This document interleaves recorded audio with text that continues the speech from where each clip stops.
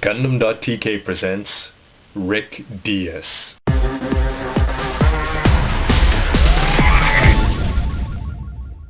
Hey, what's up everybody? It's Robert184 from Gundam.tk, and today I'll be taking a look at the high-grade Universal Century RMS 099 Rick Dias in Quattro Colors. The mobile suit itself is from the series Zeta Gundam, and the model kit came out in 2002, and it sells for 1,200 yen or $12 US.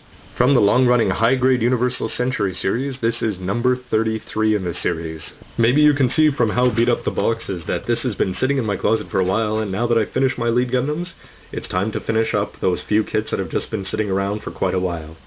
Looking around the box, it's very simple, clean, high-grade Universal Century style with a front shot of the Rick Dias in its red colors, as well as a back shot and some information about the suit itself. Looking around on the other side of the box, the weapons you're going to get include the clay bazooka. You're also going to get 2 beam pistols, as well as the fact that it has Vulcans hidden in its head, which pops up.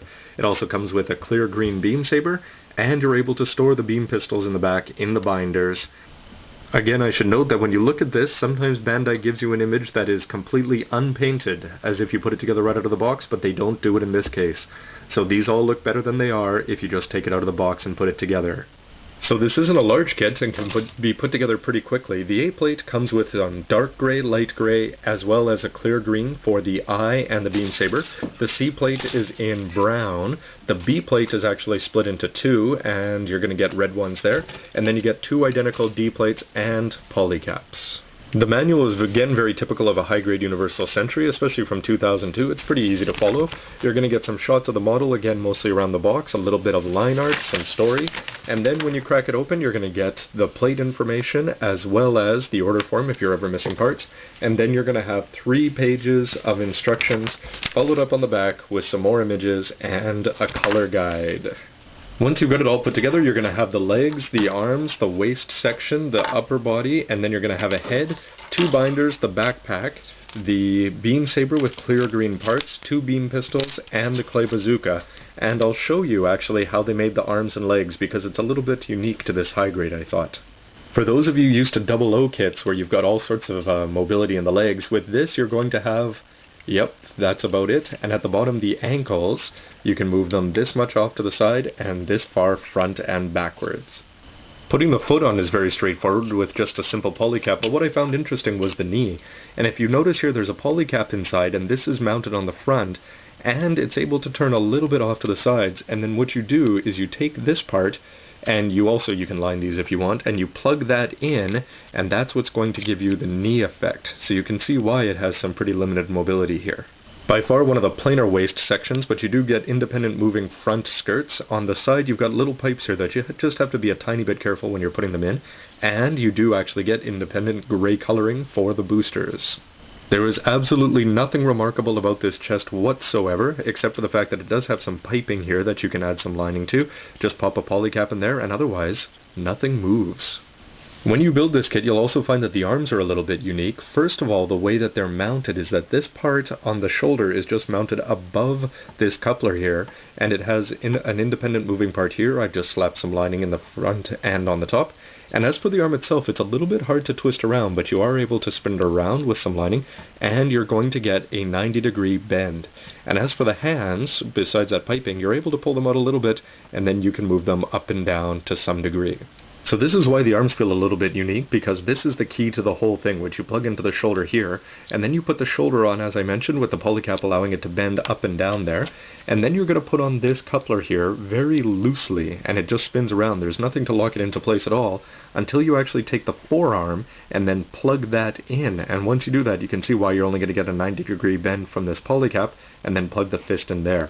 Now these parts are nothing exciting, just 2 big brown parts with a polycap inside, but I found the backpack was a little bit cool. You just plug it into the back, and then you're just going to put these on to the sides here, but you're able to take the beam pistols, which have a little handle or a little grip there, and you just plug that in, and you can lock them into place, and they'll sit there ready to use on its back.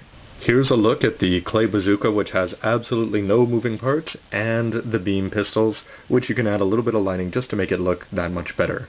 The beam saber has a cool shape for the handle, and it bevels out, and I'm glad that they included clear parts, which is also something they needed for the eye. Here's the head attached to the Rick Dias, which just has a gray part in the front, two brown halves, and a piping in the back which can tend to fall out. And inside you're actually able to open up this helmet and reveal two Vulcans inside, but these feel pretty loose, and the overall effect of the head, I find, is that this part is loose, and the piping can be loose. However, you're really not going to be doing much with the head besides turning it side to side. There's no mobility with the mono eye at all, so I don't think you're going to have any problem with the loose parts. Once you've built all the parts, the best part of the Gundam is putting it all together and seeing how it looks. And now we've got what looks like a very Zeonic mobile suit. So I have to say, on first impression, I'm actually pretty impressed with this. I like the proportions. It really does look like a better version of the Zaku 2. And it should, since Zeta Gundam took place, 7 years later? But overall, I like the color scheme, with the brown, red, and gray being very suiting for a Char suit. But what about for posability? Well, with the legs, you're able to bring the skirts up, and they move fairly independently, so the legs can come forward no problem, and you can bend them down. But I just tried this half a second ago, and when I did that, the knee popped out, and not just that, but there's a small red piece that you plug into the back of the leg when you're building it, so that wanted to fall out. So basically, you've got a range of motion, but you're going to have to be careful with whatever you do. And as for side to side, yeah, that's about all you're going to get. As for the shoulders, they can spin around no problem, and you are able to twist this around, though it does feel just a little bit strange because of the way it's constructed. And the arms bend up, and the hand mobility, I'm glad they at least gave you more than just a twist. And the head can do nothing except turn side to side. Now, this is that small piece in the back of the leg that just fell off, so I've just put it back in, but it really reminds me of a Kotobukiya kit, the way that it's just poorly attached in here and can fall off as soon as you move the model. Getting the backpack on can be a little bit strange because these parts tend to slide in and out just a tiny bit, and if they're not lined up just right, it's not going to go onto its back. But it just takes a small little bit of fiddling, and you do get some contours as the back builds into the rack itself. So here it is all armed up with the binders on and the beam pistols slapped into the rack on the back, and it does bulk up a little bit, but actually the effects of the binders, you really notice them from the side, as you can see right there, but from the front they just sort of look like they're shooting over the shoulder. So with this kit, you can sort of see that the old design style, because if this was 00, it would almost have too much playability, because I can imagine these would come up over the shoulders with some kind of bending mechanism, maybe come underneath like Freedom's railguns, etc. So with the old Universal Century, it's just sort of like, well, they're just sort of there, but they do add to the overall visual effect. Also, when you're posing the kit, you'll really notice that the ankles don't bend very much side to side, so it's very hard to get in a flat position unless the legs are really close together. If you've built the Hyakushiki, you have an idea that when you have a bazooka with this kind of big thing on the back and a very short stock, there's not a lot of poses you can do, and often you just end up having it under the arm because it doesn't have anywhere near the length that's required to be able to put it up over the shoulder. Action pose time, and you can see that the legs are not sitting flat on the ground. The weapons actually just go straight into the hands. You don't have to take them apart, and there's no pegs inside to hold them in, but in this case it's a pretty tight grip, so no problems. But actually you can pull off a little bit more than I expected, but probably this is going to be one of the better poses and there's not too much else you can do. And you can really see a design flaw here with the back of the leg. As soon as you try to bend it like this red part is going to pop out and fly somewhere. You're also able to hang the clay bazooka in the back because it has the same kind of grip as the beam pistols, but it doesn't want to stick on there very well, and because that's a polycap it can bend pretty easily, so you're going to have to be a little bit careful of it, and the visual effect is not all that great overall. For my favorite size comparison, you can see it here next to the high-grade 00 Riser in Trans Am mode, and you can see that the Rick Dias is, because it's 18.7 meters with the head height, and it also gets the illusion of height with the binders and the beam pistols on the back, so it does sort of look like a big bulky model. When you just look at the two body types here, you can really see that they don't design them the way they used to at the start of the Universal Century anyway. I don't know why I find it strange to have these two suits beside each other, maybe because one is pseudo-Char and one is pseudo-Amuro.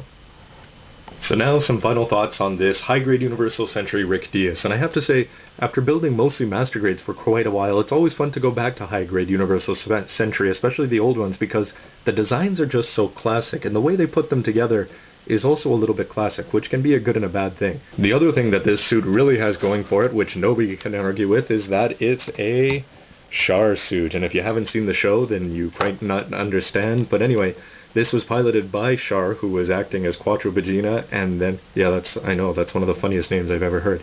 And something that anybody who watches Zeta Gundam is probably going to really enjoy is that Char starts out with this red one first, and everybody else has black Rick Diases, but because he's just so cool, red ends up becoming the standard color for the suits for the rest of the series.